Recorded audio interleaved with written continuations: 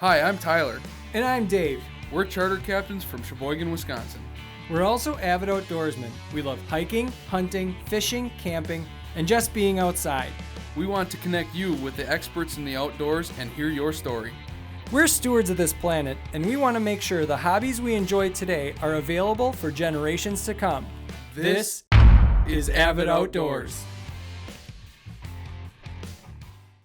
All right, welcome to Avid Outdoors Podcast. I'm Captain Tyler Chisholm, and I'm here with Captain Dave Litzy of Plain Hooky Fishing Charters. And this is the first welcome. This is the first episode ever. So if you're seeing this, welcome. Glad to have you along. You can see us, by the way. We've loaded this up to Facebook, YouTube. We'll also have it on multiple podcast sites wherever you can download them, stream them, whichever way you prefer to do that. But there is a viewing opportunity if you are into that. Yep.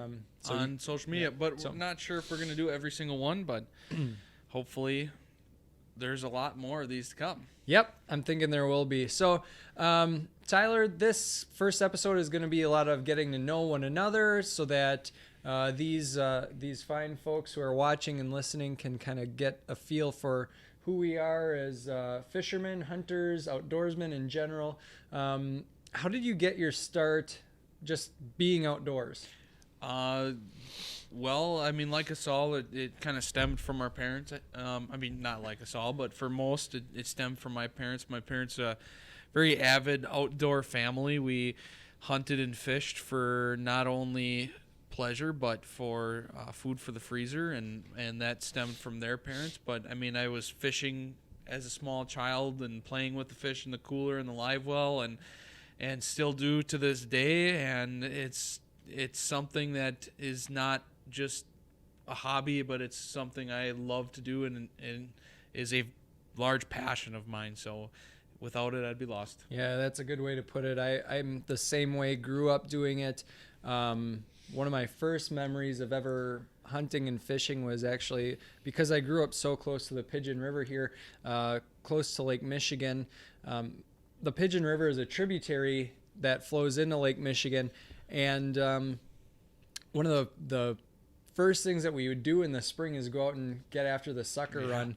And I just remember playing in the river and just like scaring the suckers up and getting nets full of fish. And even though they're really not like great table fare, but it's just a way to get outside, and it was so much fun. It's so much like just threaded into my love for the outdoors, and I'm the same way. Like, I got outside and then you couldn't get me inside again. You know, it was like all my friends would want to come over and play, and you would bet that we would not be inside for any of it. We had a big backyard and we'd be out there and catching frogs and all sorts of stuff. So. And I think that kind of stems to like why we want to do this. There's a ton of different reasons personally that I want to do this podcast and why we decided to do it, but I'll let Dave kind of share some of his ideas first of what do you want to do that's going to be different, I guess. So you want to know why I want to be part of this podcast? Yeah. Well, basically I want to be part of it because you asked me to. Other than that, I don't know really. Yeah. No. Well, I'm really just kind of into it for the networking. I want to be more involved. I want to be able to add this to my outdoor resume, to be able to bring something worth value to the listeners and to watchers. Through the past year, I've been far more active on social media, being involved a lot more in the online community, making YouTube videos. I want to be able to provide something for people in case they're interested in getting involved. I want to be able to grow this sport. I think that there are a lot of people who are already actively involved in getting more people into hunting, fishing, gathering, trapping, skiing, snowshoeing, just like all around outdoor things. I want to be able to touch on a little bit of all of that.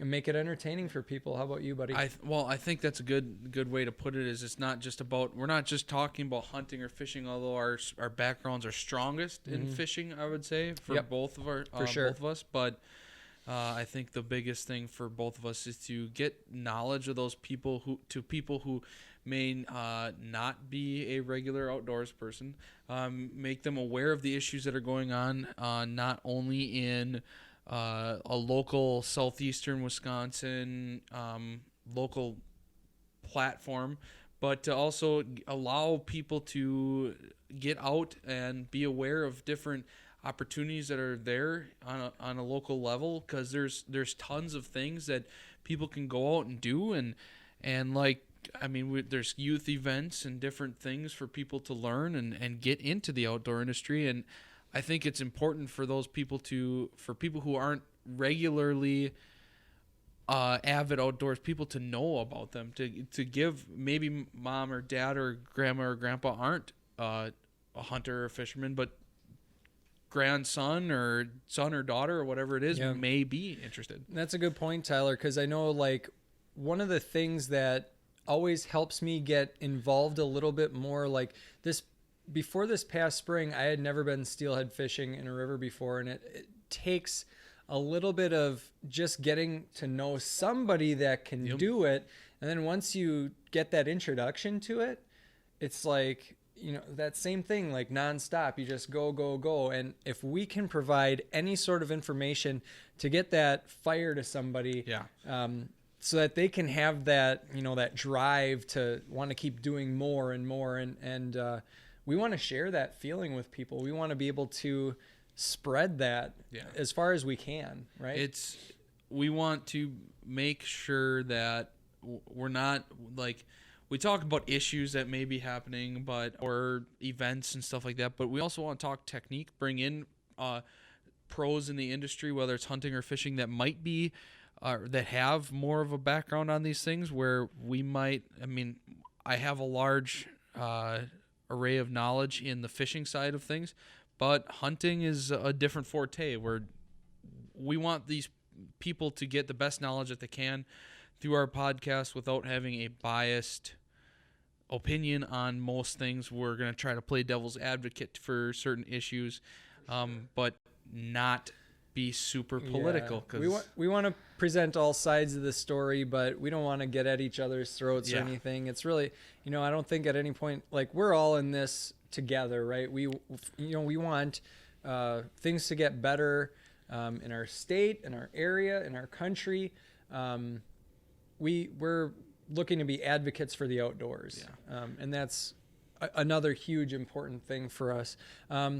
Aside from that, like sharing current events, things that are going on, you know, laws that are being passed, events that are happening throughout our area. I really want to be able to share my knowledge, share the knowledge of experts that are in our area, or whoever this is reaching. And I want to be able to share their story, maybe find some unsung heroes here. Maybe guys that aren't like always shooting the biggest bucks, catching the biggest fish, but like are out there grinding it out, doing the best that they can. And you'll hear some of their stories as well as, you know, the guys that are just like on top of everything, you know, getting after it. And maybe they're, you know, only quality deer guys, or maybe they're public land hunters and strictly, specifically public land hunters, or, you know what I mean? Like, everybody's got their niche, and I want to fit as many of these personalities into this so that we can reach the most number of people. Yep. And I guess that's basically what the gist of the podcast is going to be about. But to get you guys more introduced to who we are and what we do, we'll, like, our background is Dave and I both are charter captains in Port of Sheboygan. We met on the docks. We met via a kind of a third party, another business. Dave, I work for a company called Wolfpack Adventures, and we subleased out boats for charters throughout the summer, and that's kind of how Dave and I got to know each other. And I'll let Dave kind of, he's got some stuff going on. So Yeah. Dave, what's going on Yeah. with you for this next summer? Well, I actually just purchased my own boat. So I had been working for a different charter company in Sheboygan for quite some time. I'm going to even back it up from there. Tyler had mentioned that he started working for Wolfpack quite some time ago. And I can kind of bring this back. You know, this really, hunting and fishing, the outdoors, it's a hobby for us when it can be a hobby, but it's really turned into so much more than that. It's really a way that we make our living now, and we're very fortunate to be able to do that. And if I were to go back as a 19-year-old Dave, you know, and thinking about the That's a lot of years past ago, Dave. 15 years or 13 years or whatever, thinking about this now, I never would have imagined all the different opportunities that I've had. And it started really with just one fishing trip out on Lake Michigan and getting hooked, like saying, okay, like this is awesome. Like I want to be able to do this. I want to be able to share this with other people. I started calling up charter captains. I think I called 25 captains that first year. Back in the day when there was 25 captains in the I Port of know, Sheboygan. exactly. And one of the first guys that I called was Pat Kelmerton of Wolfpack Adventures. And, you know, he was one of the only guys that actually got back to me. You know, most people, because I had only been doing it a very short amount of time, they didn't even want to deal with me, you know. Yeah. And Pat gave me that, you know, small glimmer of hope, like, you know, this is possible for a novice. It wasn't easy. I had to really keep up on it, and I had to keep calling guys and working my way in. And you know, the first 2 years of charter fishing, I just boat hopped. You know, somebody would need a guy, you know, step in and fill in here and there, and learn the ropes and things like that. In my third year, that's when I got started on Sea Dog. Luckily, I knew one of his mates. He wasn't coming back, and I called up Jim from Sea Dog. He said, yeah, you can hop on with me. And that first year I worked as a mate for him, and then I got my captain's license. And I've had my captain's license 10 years now. I'm going for my second renewal, which is really surprising. And so, yeah, I'm excited about that. I kind of backed off of charter fishing last year. Found that I really missed it. I took some time off to start up a YouTube channel, and started really the playing hooky, schools out fishing, outdoors type stuff. And that's kind of what's led me to this point. I've now bought my boat, playing hooky, and I'll be running charters in just 5 months out on Lake Michigan. Yeah. So I'm excited Short, about that. Short 5 months coming. And yeah, I know. And I mean, you've got kind of a similar story that way. So I actually I'm on my first renewal of my captain's license. So I've had my captain's license for, this will be my 6th season. I am a young 23 years old. I've started charter fishing when I was 14. So this is going to be my 9th salmon season out of the Port of Sheboygan, which is huge. Very excited. Hopefully make it to 10. And, but I started when I was 14, and I knew forever and ever I wanted to be a hunting and fishing guide of some kind. So I finished high school, and mom and dad kind of forced me into going to college and giving it a solid college try, as There you go, yeah. I always say. But it was not for me. I dropped out after the first year when I was 19 years old. So since 2016, I've been a full-time fishing guide here in southeastern Wisconsin. I basically said I'll do anything I possibly can to not have to go back to school. I guided duck hunts on the Mississippi River. I guide fly fishing in the fall, guide ice fishing for giant brown trout in the tributaries and harbors, guide walleye fishing on the Bay of Green Bay, and then also kind of charter boats out of Sheboygan once in a while. And it's just kind of stemmed from there. So now in the off season, I do a lot of traveling for different companies such as Avid Outdoors and Angler Quest pontoon boats, and it's just, I love the industry. I love hunting and fishing. I love talking about hunting and fishing, and that's kind of where I came down to the point where I needed somebody who had the same drive and the same passion that I have for the sport and for everything, and love talking about it and education. And Dave and I became good friends, and we filmed some YouTube episodes together, and it was one of those where it's like, and now's the time. Right. So here exactly. we are. Yeah, everything just kind of fell together. I like that you mentioned that, you were kind of feeling like I will do anything to not go back. I was there. Yeah. And I'm getting pretty close to that now.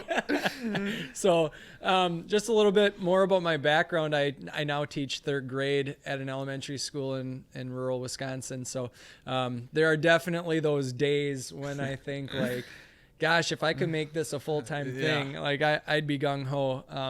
Unfortunately, it's not in the cards for me at the moment, but you never know where things can lead. I love my job, but it would be really cool to be able to make my full-time living in the outdoors the way that you do.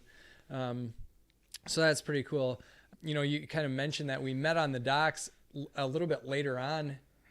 We found out we were actually related. Yeah, so this is true. true. Kind of hard to believe, but it's kind of another cool little aspect about kind of how things all fell into place. But I'm really excited to keep doing this. Being in the outdoor industry as long as we've done a lot of things. What's a goal that you still continue to have? Everybody wants to be the next Linder, the next Al Linder, the next Babe John, Winkleman, Winkleman, John Gillespie, whatever it may be. And but I want to pave my own path to that mecca. I want people to actually want to hear what I have to say. And, there might be some people out there that really do. I don't know for sure. I mean, I feel like there is. And there's nothing that gives me greater satisfaction than talking about, fishing is fantastic, and actually being in the field and going is great, but there's nothing better than teaching people about hunting, teaching people about fishing, and just being in the outdoor industry. So my end goal in life for forever and ever will always be to do something in the outdoor industry. And that's just, luckily I have a wife that continues to support me in what I want to do, and that's kind of a big thing. So we're paving our own path here. We're trying to get to where we want to be and do it our own way. So our podcast might be a little different than what you've heard in the past, and we want it to be that way. We want to make sure that we're not just following in the footsteps of everybody else. So here we are, and we're going to make our dreams kind of our pencil and paper and all those kind of cliche things happen. So it does seem a little bit cliche. It does. Really, there's so much that this can afford us, like this opportunity here, us working together, being able to do things our own way. Even 5 years ago, this type of thing wasn't popular. People weren't caring about it.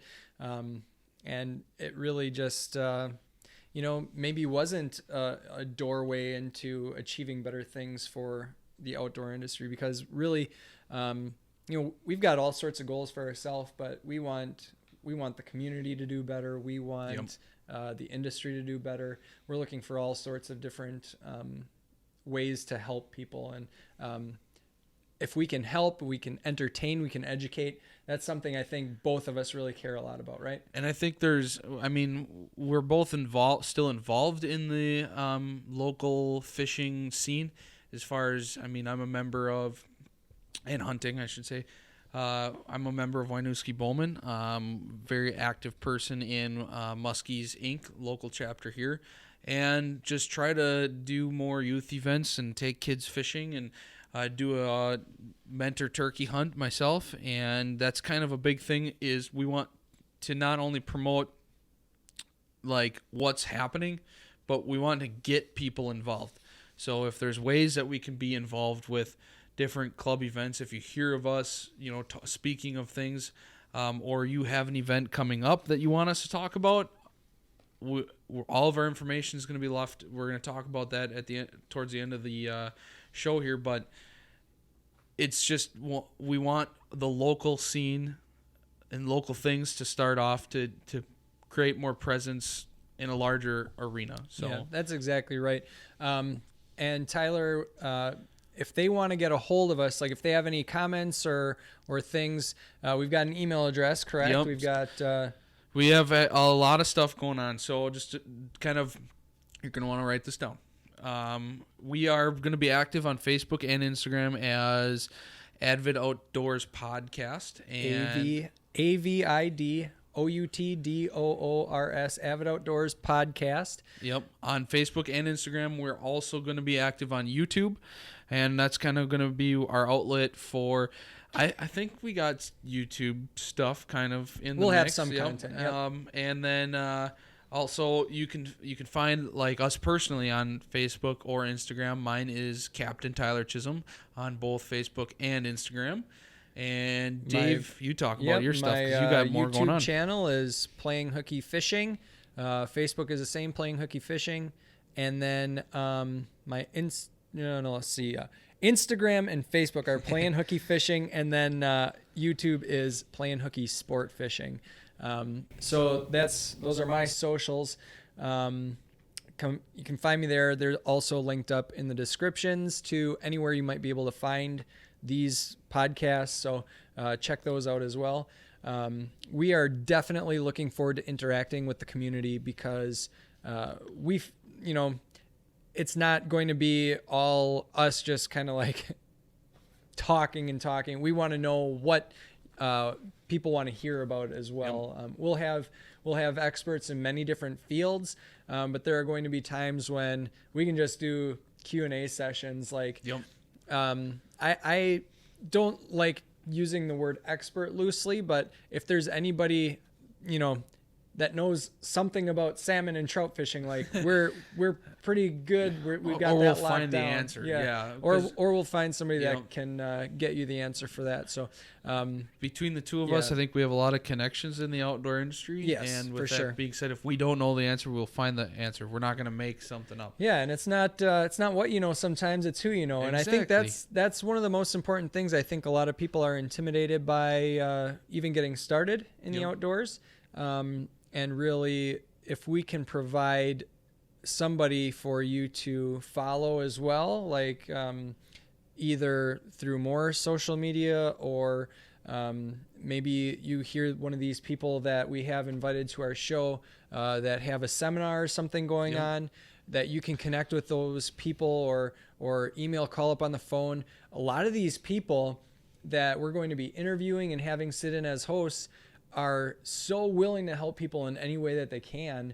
And it's just going to be one, extra little piece in your arsenal that you'll be able to really pull from for your own.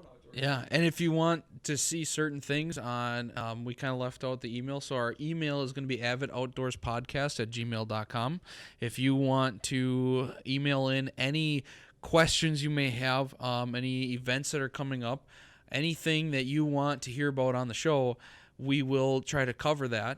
We're gonna try to do one podcast a month to start, with hopefully extras to come. We're gonna kind of maybe do a bonus thing. If things go really well, we'll continue to do more podcasts, and if people are asking for it, we'll continue to do it. So on that note, Dave, do you have any events coming up, fisheries, anything going on in the next couple of weeks?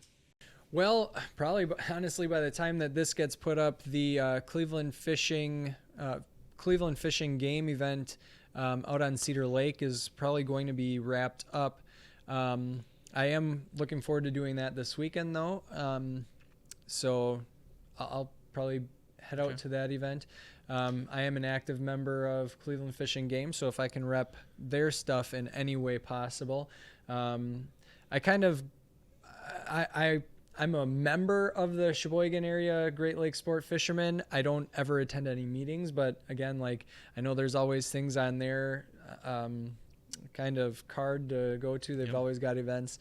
But at the moment, I've been really honestly concentrating a lot of my time on Special Olympics snowshoeing. I coach this year I coach a handful of athletes, so every Saturday that takes up quite a bit of my time. Yeah, yep. So I'm a little bit limited just basically to Sunday fishing. I do a little bit of hunting in the winter, but not a whole lot. But I do like to get out on the ice and chase tip-ups and stuff. And Nice. I know you were just out guiding this morning, right? I was local lakes. Things are hardening up real nice for us. We got a lot of snow this last couple weeks, so there's a lot of slush on top of the ice. Travel's kind of hairy at best with ATV. So if anybody's going out, by the time this airs, things should be locked up a lot better. Gonna be at the Madison or the Wisconsin Fishing Expo at the Alliance Center down in Madison at the end of February, the last weekend. We have a youth outing coming up in February. Hopefully this will air before that. So I believe that's February 22nd. I'm going to double check on that, but we got that coming up and a full gamut of guide schedule. So things are, as long as we can actually get, February 22nd is that youth outing, and we will share the application process on our social media page. But hopefully we get a little bit colder weather here. We really need it. That's the thing. Usually by this time of year in Wisconsin, we've got a foot of ice pretty much anywhere you want to go. Yeah. So it's a little bit, it deters quite a few people from actively participating. It's neither good nor bad. I mean, like, the diehard fishermen are out there. They're getting out. They're doing it.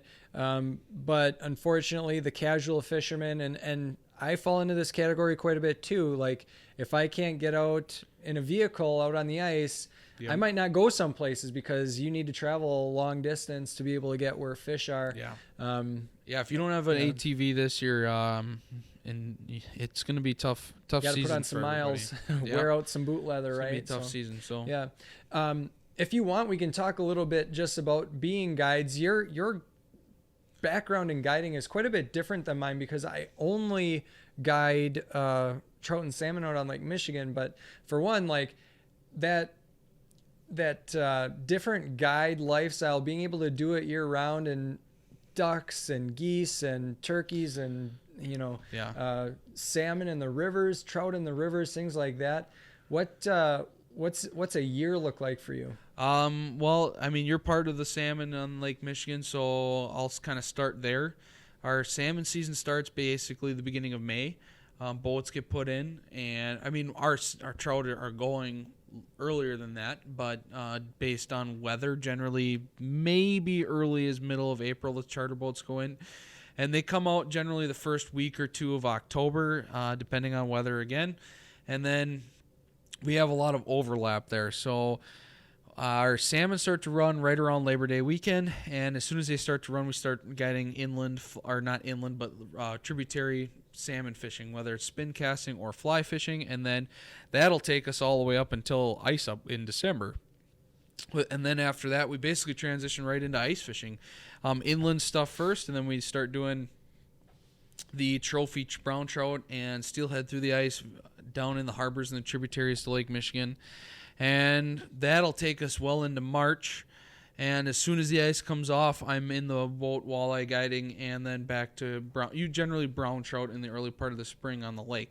And walleye and the brown trout fishing is phenomenal on Lake Michigan. Oh my gosh, yeah. It's really, really good in the early part of the season, and then throughout like the winter months, if we can get the boats in the water, we'll still be going.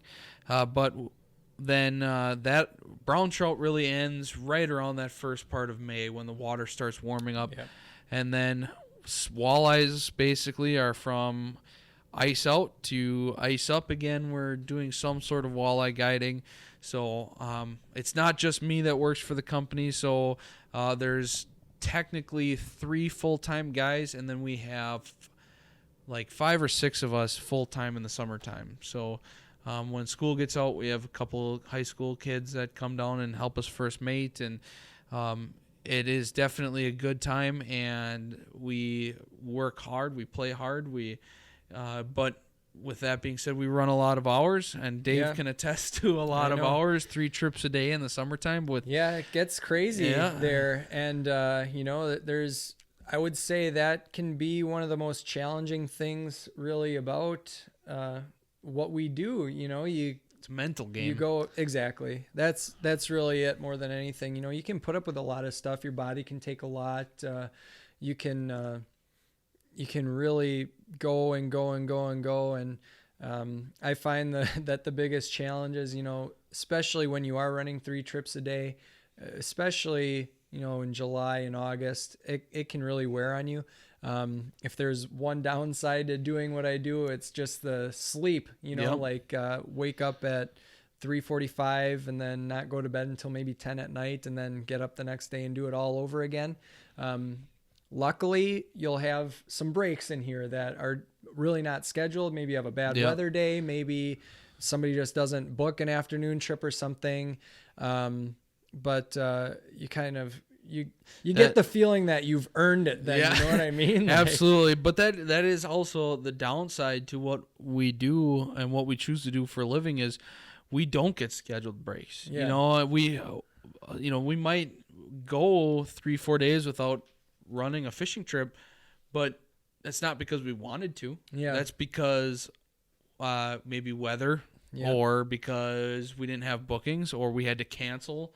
Like this year, a lot of my early season ice fishing trips are canceled out, or I couldn't get them to go on a boat, or it was too cold to go on a boat. Yeah, you really are. You're at the mercy of Mother Nature. There's nothing you can really do about it. Same with like when the fishing isn't good too. Absolutely. It's like what do you want me to do? I wish the fish were biting just as much as you do. You know, but it is what it is. It becomes an entertainment day when the fish don't bite, and we still have a good time. That's exactly right. You got to find other ways to work it in. I mean, people are paying us money to go out and have fun, really, honestly. Absolutely. You know what I mean?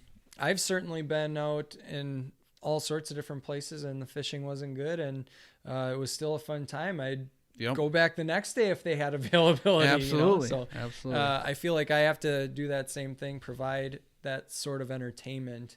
And luckily enough for us, somewhere, out on Lake Michigan, there's going to be something that's biting. Typically, I mean, there are your days where it's pretty tough, but usually we don't have to worry about coming back with something, and having it be a quality fish. Especially the last couple of years, the fish have been, really big. It's starting to become an exciting fishery. Like used to be, you get one on the line, you're going to pull in a 12-pound king, and now it's that, well, what's it going to be? Is it going to be a 14-pound rainbow trout? Is it going to be a 30-pound 30-pound king salmon? Is it going to be a 30-pound brown trout? And it could be honestly any one of those things on any given day. You never really know what to expect out there. And that's just, it really brings the fun back into it. It's just that excitement level. Like it's not a guaranteed thing. You don't know what you're going to get. It's like a box of chocolates, if you will. but it's a lot of fun, and I appreciate being able to have the opportunity to go out on Lake Michigan and do the things that I do day in and day out during the summer. So so I guess with that being said, we're going to get things rolling. Hopefully you guys follow us on Facebook and Instagram and YouTube and check out Dave's stuff. He's got some really good things going, and I think it's going to continue to get better as we make this podcast go. But with that being said, I think we are going to keep this one kind of short and sweet. Yep. And that's our goals, and hopefully guys tune in again. Yeah, hopefully you stick around because we'd love to see you back here. Yeah, send us an email. Let us know what we should do next. Thanks very much. This is Avid Outdoors.